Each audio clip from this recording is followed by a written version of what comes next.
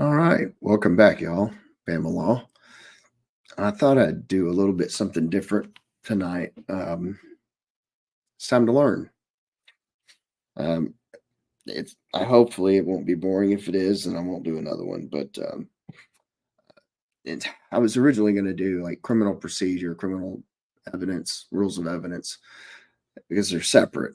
But I thought I'd at least start with the overview of how you get your ass in trouble and what happens. Because a lot of people they have no idea. A lot of people have had speeding tickets, maybe city court, misdemeanor stuff, but that's about as far as they go. Um, especially if they've been hit with a, God forbid, a murder charge or something, or serious felony. So, what I thought I would do, this is for Alabama only. I I'm sure it's similar in most states. I know Tennessee is a little different in that they still have the common law court system of a chancery court and a general sessions court and a circuit court. And everything starts in general sessions as usual, or usually kind of like a district court in Alabama. But chancery courts are where you go for what's called equity, just things to be done that you need done to make things right. It may even be counter to what's the statute or the law.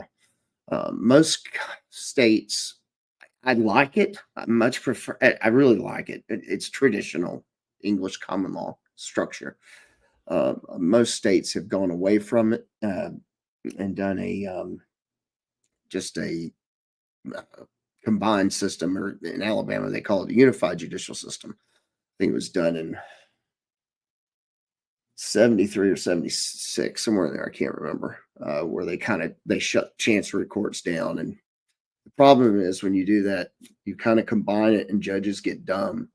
And all they think about is statute, and they don't realize that they have this thing called a chance or equity to fall back on.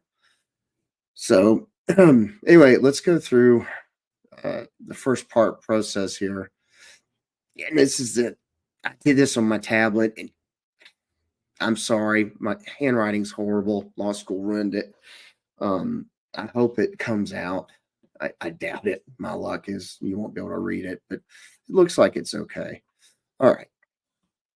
So you're going down the road and you do something stupid, but we're just going to assume you're in a car or walking. It doesn't matter either way, but we'll say a car, whatever. You're smoking a big fat doobie, and the cop sees you and turns around and hits his lights and does what's called a Terry stop. And that Terry stop, you flick the joint out. Of course, he sees it. You've also got this billowing Cheech and Chong cloud coming out of your car, and you pull over, and he walks up and he smells the odor of marijuana. Now, he's already got right there probable cause to search without a warrant just because of the smell. A lot of states are trying to change that. I'm not sure how I feel about it because it is a unique odor. Unless you have a pet skunk in your car, there's no reason for it to smell that way. I mean, it's just not. And you really shouldn't be smoking it in your car to begin with. I don't give a crap. Go smoke it inside. Go somewhere else. Just like you don't be drinking in the car. But so all right, you get stopped. Here's the stop. Okay. And law enforcement officers, the LEOs, they have a decision to make during the stop. Okay, do they have reasonable suspicion to do a search, right? Or even probable cause for a warrantless search? If they don't, they can always do an investigative detention and go apply for a search warrant. And that would be, I've got it listed here. It's kind of a separate little prong. There's also a time limit. You can't keep Supreme Court. They've never really said, but they're kind of it's a rule, I guess. It's 45 minutes. You shouldn't be stopped longer than that. Anything longer than 45 minutes, it's an arrest. You're detained. You can't leave. you're under arrest. You got to, they don't have to read you your rights, only if they question you. That's the only time. So everybody thinks that that's somehow a get out of jail free card. It's not. The best way to get somebody to talk is to never speak to them, arrest them, put them in the cruiser, and just let them run their mouth. Just don't ever read them their rights because you're not talking to them. All right, so we've got the stop. You're on the side of the road. Then the Leo has to make a decision. He can ignore it, this horrible odor, or he could go ahead or he could ignore it, go ahead and maybe write you a ticket for speeding or tell you to slow down and go about his business and you go about yours. Okay. But he says no. Okay. So does he have reasonable suspicion to search? Okay.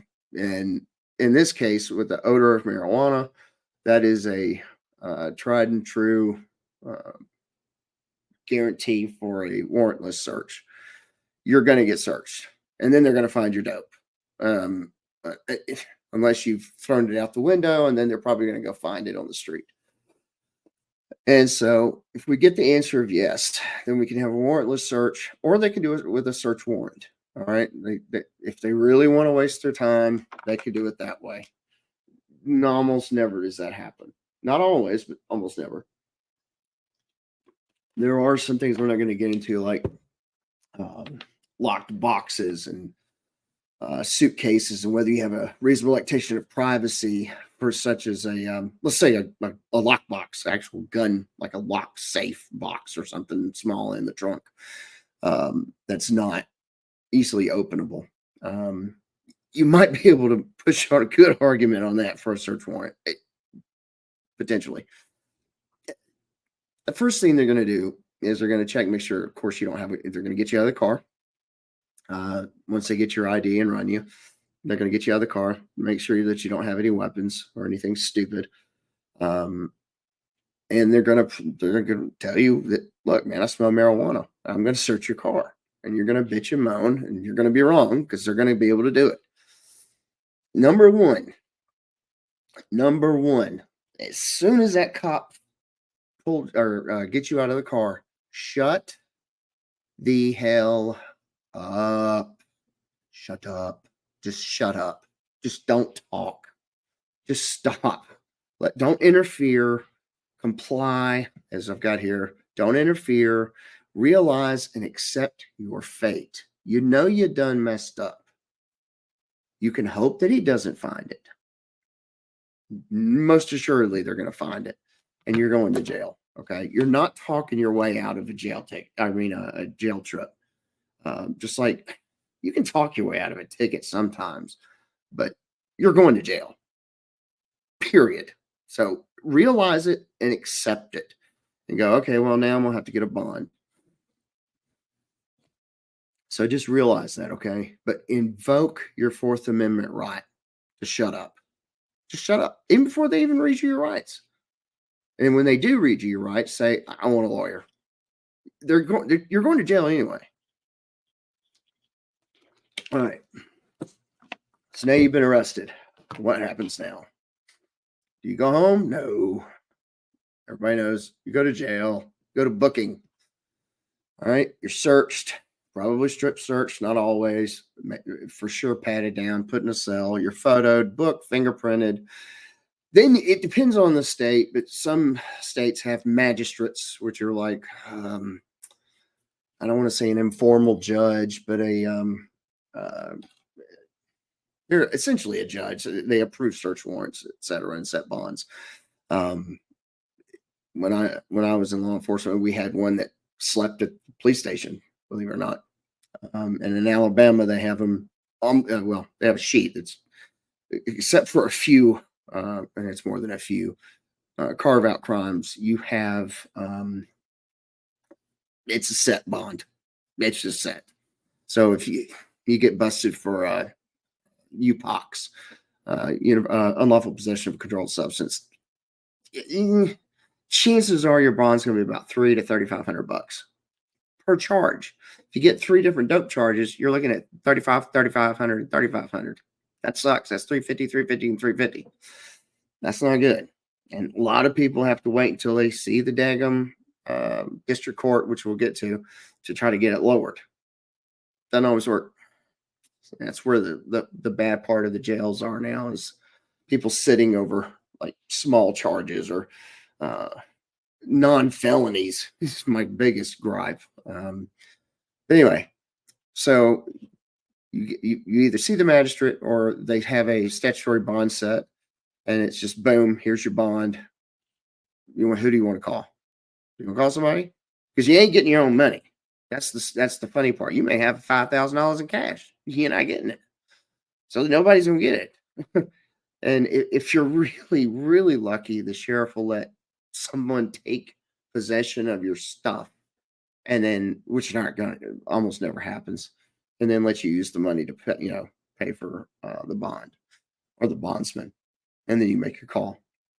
All right, then you've bonded out. Let's say you're not stuck in jail. Let's say you do get a bond, and let's say you get caught with meth, and they set the bond at $3,500.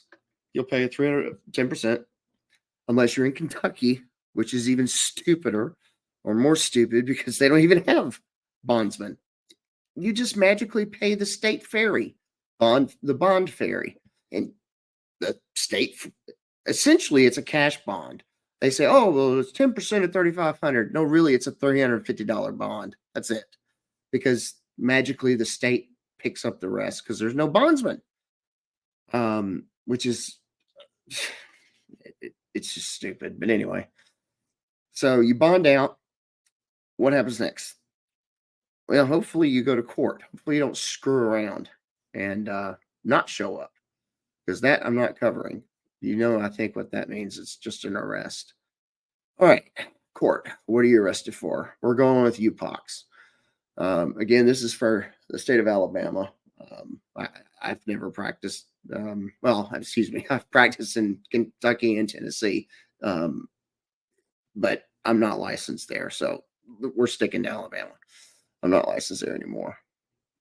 In Tennessee, I've never been licensed. I do Pro Hack VHA for some civil cases. So I've got experience in multiple states. So they are similar. They just differ as to the details. So you're arrested for UPOX. All right. Now, in Alabama, that's a felony. Okay. Your meth possession's a felony. You got $3,500 bond. Let's say you don't get one. Let's say you get hit with just the weed, right? That's a misdemeanor. There is a way for it to be a felony, believe it or not. But we'll go with misdemeanor. Okay. If it's a misdemeanor, you're going to district court. You're going to district court. That's your first time you're walking into court, whether you're in jail, going from the jail to the courthouse, for hopefully to lower your bond. Let's say you may have a $10,000 bond. Can't afford $1,000 plus the percentage fee or whatever they charge for the bondsman, maybe $1,200-$1,300. Let's say you don't. So you're coming to court. First time is in district court. In Tennessee, that'd be General Sessions Court. So Kentucky's the same too as district. They got rid of their split system as well. But so we're in district court for first appearance. Both cases. All right. Misdemeanor. This is where you kind of begin and end. District court has the authority to hear all preliminary hearings for felonies. All right. And then it can try on misdemeanor cases. It cannot take pleas on a felony. So people come into court bitching and moaning. Oh, I want to get this done right now, right now. I want to get it done now. Well, you've got a UPOX charge, fella, and it's your 6th. You're going to prison, and you're not going to plead in district court. It's not going to happen. So we'll get to that. So it's a misdemeanor. You can either A, take the plea offer, right? Maybe, God forbid, you're still in jail on the bond, get a lower bond and get out, come back to district court later for your second appearance and set it for trial. It's a bench trial. So you have no jury, just a bench trial, just a judge. If you win, you win. You lose, you have a conviction. You can get up to In Alabama, 365 days. You cannot be sentenced any longer than that, and the sheriff cannot hold you. This is relative. More than 365 days in county jail. It's actually a crime. You have to go to prison. You're going to the DOC. They call it taking the train ride south, Kilby, which is Kilby. It's a correctional classification correctional facility. All right, so both begin, as you can see, in district court, felony, misdemeanor. Okay, we're going with the felony. Now you have a choice. You can either try to set it for a preliminary hearing and piss off the judge and the prosecutors. I'm being honest, and the defense attorney, because you're delaying an inevitable. In Kentucky, that's all they do. Gotta have prelim. Gotta have prelim. Gotta have prelim. Preliminary hearings are probably what they call a probable cause hearing. The standard is about down in here. Trial is way up here. Be honest with that. It's down here. It's just, is it more likely than not? That's it. It's real simple. You're going to get found to have probable cause. Occasionally, that's not true. And I've never seen it. I've seen it on some, I think it's Judge Fleischer or something like that out of Houston on YouTube. I'm pretty sure he had a guy that got stopped freaking jaywalking, ended up with a weed charge. And he was just like, no, walking while black. Those things happen. They do happen. So we're in district court. You can either get your bond reduced and come back, or you may even be able to set it if they don't want to reduce the bond, and you can go ahead and have your preliminary hearing. That's just a probable cause hearing. That's all it is. It's a very low threshold, very low. It is a joke. However, most of our cases are resolved in district court. It is not uncommon for everything, except on the felony side. You still have to waive the hearing to get it to circuit court. But when I say the resolve it, is most of the misdemeanor cases, well, all of them resolve in district, but they may resolve within this first day. So you can ask for the preliminary hearing.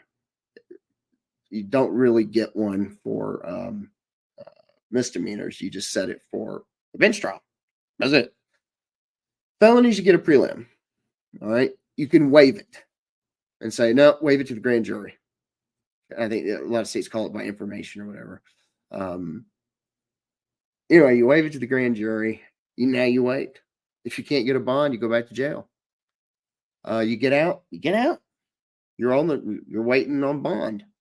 It's a very low threshold. Most cases, even felonies get resolved here.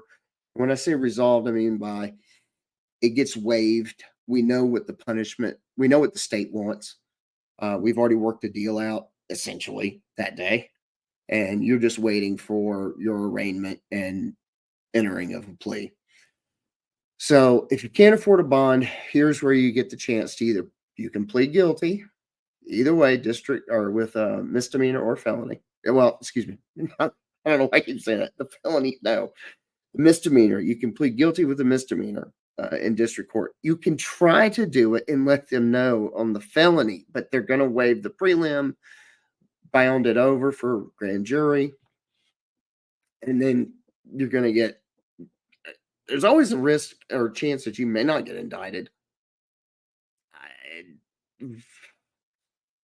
I bet in 13 or 12, 13 years, I bet I've seen, for me personally, maybe 6 clients get a no bill. So that's usually what happens. And but by the time we go for arraignment for circuit court, which is coming up, the case is already worked out. Everybody knows what's going on. So that's what I mean by resolved. Excuse me. If you're a misdemeanor, you can either plead it out or set it for a bench trial. Okay. If your bond is high, this is kind of where too you can work a deal to get the bond lowered. Let's say you've got, I don't know, 3 $3,500 bonds for 3 different meth charges, or a pill and a fentanyl patch and methamphetamine. You might be able to get it just a straight 5,000 and they knock it down, or maybe they'll knock them down to 1,500 each. And you can get it lowered. You're still going back to jail, but you can bond out if you can afford to. But that's where it'll happen. Normally, everyone waives the preliminary hearing. Normally, it's waived. All right, so we waive it. What's called waiving it to the grand jury. If it's a misdemeanor and you plead guilty for misdemeanors, like I said, adjudication, case is done. You're out. Got a conviction. All right. If you say, no, I want my prelim, well, you're going to get one. It's going to be found to be probable cause. It may not be that day. You may get set out a month and not be able to bond out for the whole time. And you're just sitting. It's a shitty way to do it, but that's the way it works. You may be sitting for a month. All right. So you sit for the month and then you have the prelim hearing. Boom. They've got probable cause. They find probable cause to bind it over to the grand jury. It's bound over. You're in the same boat you were a month earlier when you could have waived the prelim. Sometimes you want to have the prelim because maybe there is a probable cause issue that you need to work out. It's nothing on the record. You have it's all just no one, there's no recording. In Kentucky, they do record it, but it's not, I'm not sure if they even, they're used for transcript purposes, usually only in felony court. But in Alabama, there is nothing. Zero. Tennessee, the one I've been in, does audio recording, and they can transcribe that. But for the most part, there's no nothing. There's no record. Okay. All right. So you plead not guilty, and let's say you waive the arraignment. All right. The felony, district court cannot take the plea. They lack jurisdiction by statute, or what people consider authority to settle these type of cases. So it's still going to, regardless of whether you want to plead guilty or not, you're binding it over to the grand jury. It may take 3 months. It may take 5 months until the next grand jury is impaneled. Who knows? That's why it's always better to waive it, get a bond lowered, bond out, and work with your lawyer. Okay. All right. Well, that's not what I wanted to do. Let's see. Where am I at? I have lost my place. Here we are. Okay. Back to this.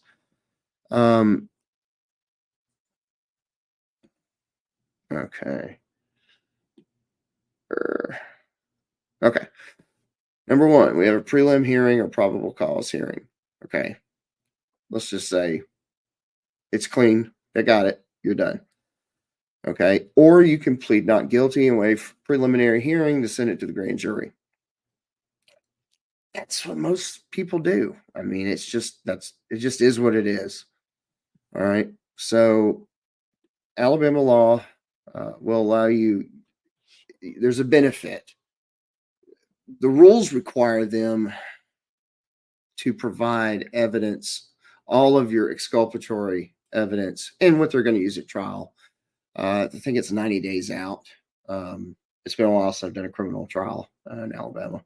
I think it's 90 days out. Georgia, I believe, is 10 days. Oh, what the hell are you supposed to do with that? So people make fun of Alabama and whatnot and how bad it is for criminal procedure, but if you get your evidence, you're going to get it. You get it quicker when you waive the prelim because you're speeding the system up. We all know you're going to get indicted. It's just a fact. You're going to get it. Okay. You can file a motion once you've been bound over and you're going to the grand jury. Once they've done it, you can ask for a bill of particulars, which gives you like kind of a basic rundown of the charge, places, things, etc. Okay. You don't have to, though. It does not have to. All right. So you get indicted. That's called a true bill. True bill right here. All right. This is really getting frustrating. Now we're in circuit court. See, that's really lovely. Can't read it. Your ass is now indicted. You get notice. Okay, it comes from the court. Your lawyer calls and says, dude, you're indicted. They've indicted you for UPOX times 1 or times 3, whatever it is. We'll go with times 3. 3 different UPOX charges. You're indicted. You've got 1 case number, but you have 3 different charges. So you have 3 on your indicted charges. All right. This is when you are officially, I don't want to say if you're already charged, but this is where you were officially charged. All right. You've been indicted. So you now have to appear for an arraignment or your first appearance in front of the circuit judge. Circuit court has jurisdiction to hear all case types, even if you have misdemeanors that are stuck to it, because they'll do that. Excuse me. They'll, they can handle everything. They can do it all. May not get a jury trial on a misdemeanor. Remember, bench trial. There is a way to get a jury trial, but it's kind of like scamming the system. And it's not like it's frowned upon, but it can be done. And it's funny when it happens. They have the court has the jurisdiction to hear and settle everything. Okay. This is where you can be done. You can finish day 1. You come in, you waive the reading of the indictment, talk to the prosecutor, and they say, I tell you what, $3,000 fine, 2 years of probation. They've got a drug test, blah, blah, blah, blah. And that's it. You say, fine, I'll take it. Plead guilty. You can do that day. Sometimes the judge will say, look, we have way too many arraignments. Too many idiot lawyers didn't get their clients to sign waivers. So we now have to push this off and you'll have to come back. And chances are it's like 1 to 3 months, somewhere in there. And then you'll come back and you'll enter a plea and you'll be done. Okay. This is your first appearance in circuit court. That's what you're doing. All right. Let me see. Make sure I have it. I didn't miss any. Let me back out. I hope it doesn't mess up. Let me double check, make sure. Unfortunately, I started small and got bigger and bigger. That's what happens when you're using an iPad. In arraignment, there's 2 options. Okay. And your lawyer's would go over it with you. 1, sign a waiver of arraignment and plea of not guilty form. It is a form. Literally, you fill it out.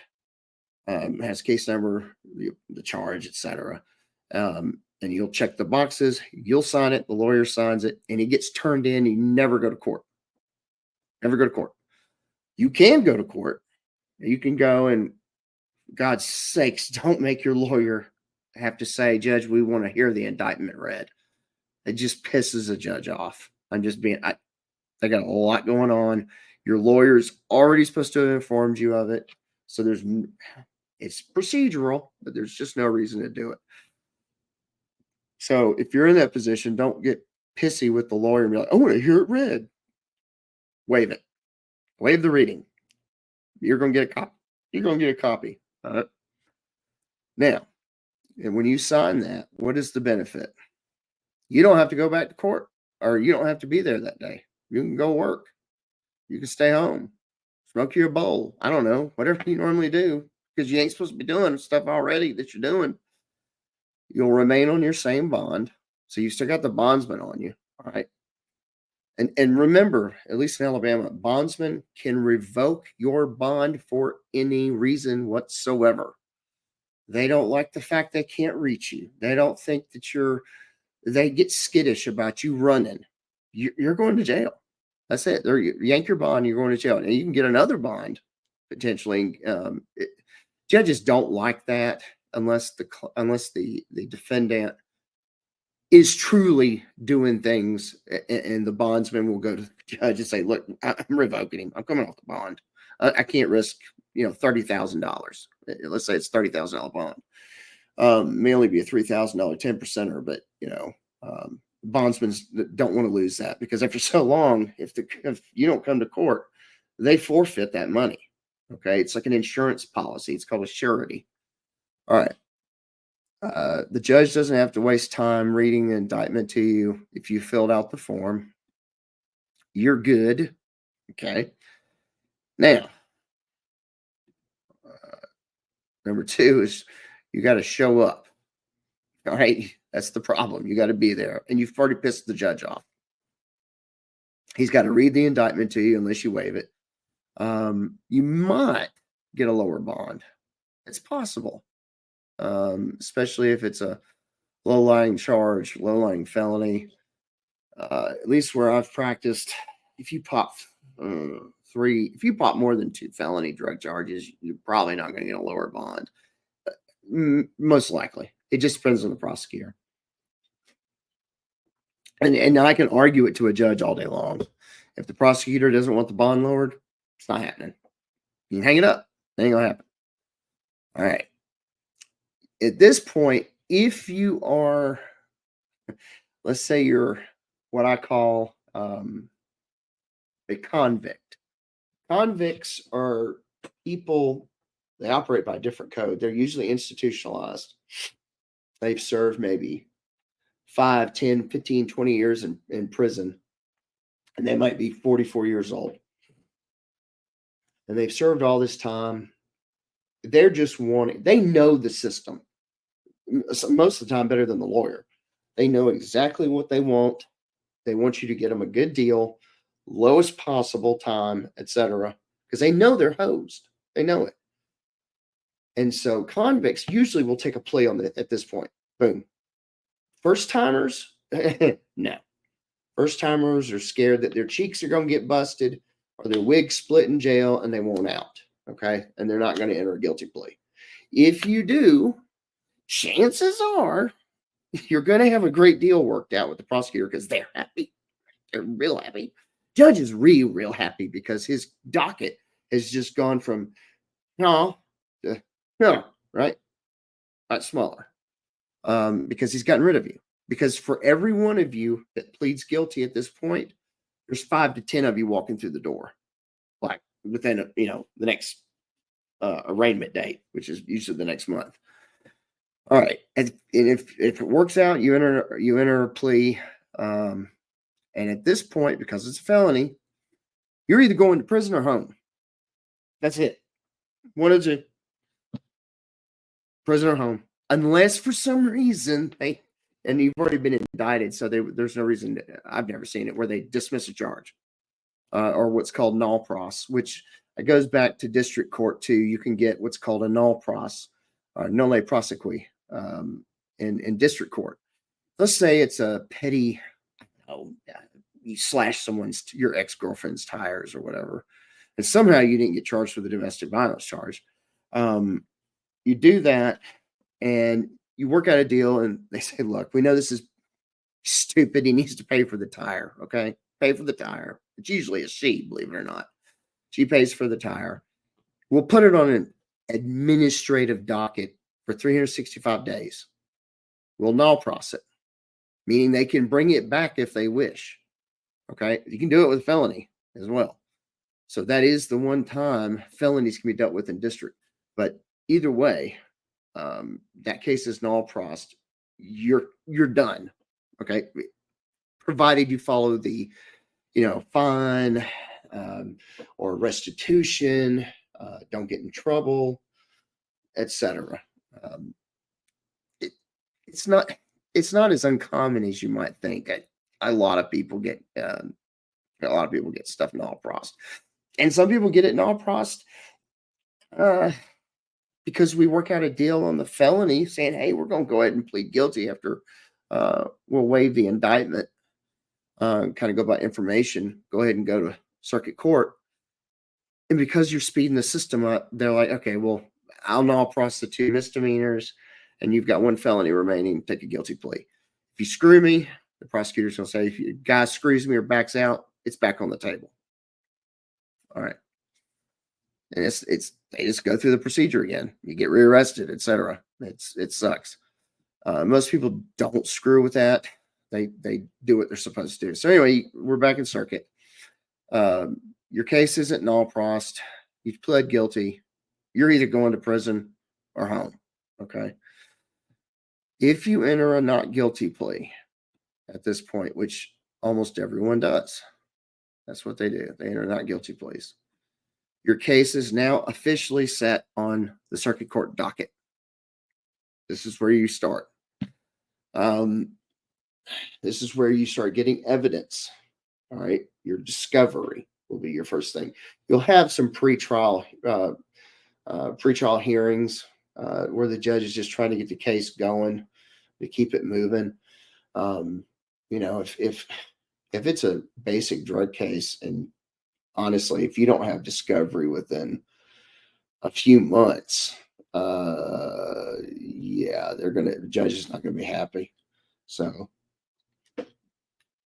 doesn't mean you will, but you will at least 90 days out of trial. So once you get that trial date set, you're going to have it. All right. You wait on the discovery, and you have your first pretrial conference. This is where we're going to end for today. That first pretrial conference is a lot like the prior. You're just going to be sitting there and your lawyer's trying to work a deal. You're either trying to work a deal and take a guilty plea. Maybe you get really lucky and they just decide to dismiss the case and don't process it. Almost never happens. If you're this far, they're going to get a pound of flesh. Okay. So that is your basic, how do I get into the criminal justice system overview in Alabama. I have not included city court. City court is, it's similar. There's no bench. I mean, there's no jury trials. It's all bench trials. They can only handle misdemeanors. You won't even, if it's let's say, God forbid, in Birmingham, well, happens all the time, murder. You're going to get a bond, or probably you're going to be held without bond, or have like some exorbitant bond of, I don't know, 500,000, million, whatever. Most likely, if you're bad enough with background, you won't even get a bond. And you'll be in that still district court. That case will go. Only thing they can hear in city courts is minor misdemeanor cases. Now, the one way to get a trial out of a misdemeanor, you can do what's called stipulate to appeal. Essentially, take a guilty plea and you stipulate to the facts. You're not arguing with it. Boom, you go to district court. But again, district court can't take a plea or can't do a jury trial. So you're still looking at a bench trial, right? Okay. You can either set it for trial, win, you're acquitted, you lose, you lose. Or you can also stipulate to appeal it. That gets you into circuit court, who can do a jury trial. That is one of the rare times you're going to do it. That's the only route. Otherwise, you're not going to get it. That is one of the little hooks, or I don't want to say scam, but it's just a hook in the system. That's it. That's it. It's just what it is. But that is the overview of the beginning of the criminal procedure, at least for the process in the state of Alabama. I'm going to try to do one every Thursday night, and we'll start with, once I finish the court system and how it goes through trial, we'll do criminal procedure, maybe an hour on Thursday nights. And then we'll do something like maybe swap it in or out and go with evidence and go over the rules of evidence. Why do you have to have foundation? Why does everything have to have a relevancy? What are all these objections that you hear in court? What the hell does it even mean? There's a basis to it. And I thought, no one ever goes over that. They really don't. So whilst it's not a law school education, and please, God, I'm not giving legal advice. I should have said that in the very beginning. This is not legal advice. I'm going to start every video off with that now, because there's always some jerk off that wants to screw with you over it. This is not legal advice. Do not try to learn the law and be a prison lawyer. You will get your boots smoked. Period. you're probably going to get smoked even with your lawyer. If you've done something stupid, your best bet is take a plea. I'm not lying. This is reality. What you see with the YSL trial, man, that shit doesn't happen. It does not happen. That was the most poorly prosecuted case I have ever seen. It is a joke. And if those morons think that they're going to be able to go after a sitting president, okay, okay. She's going to be in prison herself for civil rights violations. It's coming. All right, so that's what we're all going to do for the day. Thanks for joining me. Like I said, I'll try to do it on Thursday nights, about 9 Central time. Okay. Thanks. Appreciate it. Real time.